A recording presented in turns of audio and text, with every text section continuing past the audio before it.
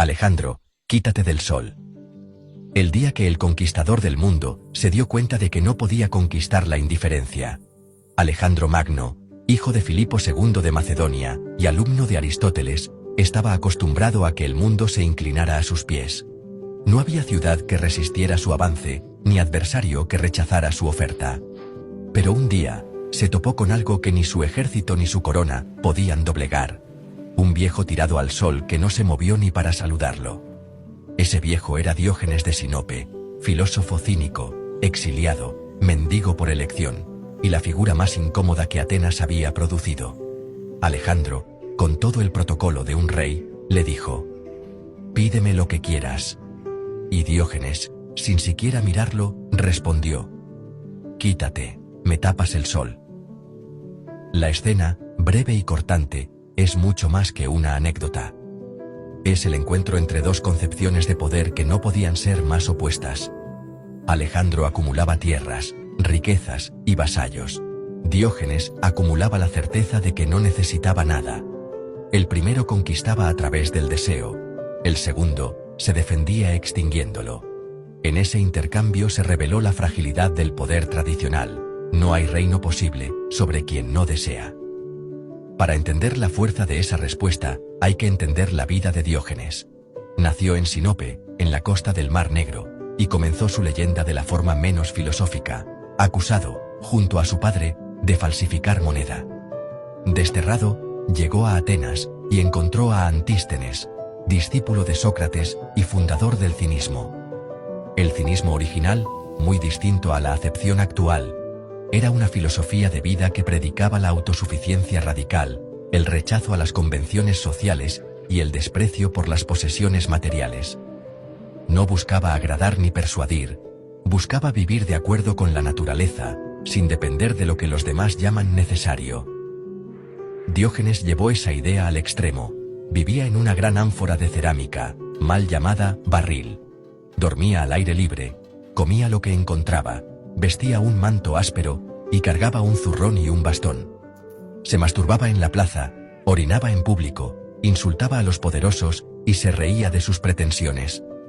No lo hacía por provocación vacía, sino para demostrar que lo que llamamos decoro es, muchas veces, solo miedo a la mirada ajena. Su lámpara encendida a pleno mediodía, con la que decía buscar a un hombre honesto, no era una broma ligera, era un diagnóstico de la corrupción moral de su tiempo. Alejandro sabía quién era Diógenes porque había escuchado hablar de él a través de su maestro Aristóteles. El joven rey, movido por la curiosidad, fue a conocerlo. La respuesta que recibió, «Quítate, me tapas el sol», no fue una insolencia gratuita, fue una lección condensada. El verdadero poder es no necesitar nada de quien dice poder darte todo. Alejandro, lejos de enfurecerse, respondió: «Si no fuera Alejandro, me gustaría ser Diógenes». Y se marchó, tal vez con la incomodidad de comprender que había encontrado a alguien que lo había vencido sin tocarlo. La filosofía de Diógenes no era una renuncia pasiva, sino una rebelión activa contra el artificio de la civilización. Para él, la riqueza no era signo de éxito, sino de dependencia. El lujo no era refinamiento, sino esclavitud dorada. Y el poder no era una virtud, sino una trampa para quienes se definían por lo que podían poseer. Su cinismo era la libertad de no estar atado ni siquiera al deseo de ser libre. En nuestra época, el cinismo ha sido degradado a un gesto de desconfianza o ironía defensiva. El minimalismo se ha vuelto una estética cara para gente que se permite tener poco porque puede comprar mucho. La autosuficiencia se confunde con individualismo egoísta. En ese contexto, la figura de Diógenes se vuelve aún más radical. No es un coach predicando con un iPhone en la mano, sino alguien que tiró el iPhone al río antes de que existiera, porque no veía razón para que un aparato mediara entre él y el mundo. Si Diógenes viviera hoy, sería invisible para los algoritmos, no tendría redes, no generaría contenido, no monetizaría su vida, no buscaría likes ni seguidores, y ese sería su acto más subversivo, porque en una época que ha convertido la exposición en valor, desaparecer voluntariamente es un desafío intolerable. El encuentro con Alejandro sobrevive porque sigue siendo incómodo.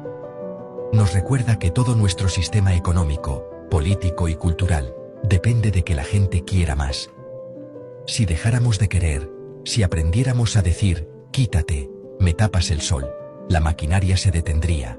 Y quizás, esa es la lección que nos resulta insoportable, que la verdadera libertad no está en conquistar, sino en no tener nada que conquistar. Alejandro conquistó el mundo, Diógenes conquistó a Alejandro.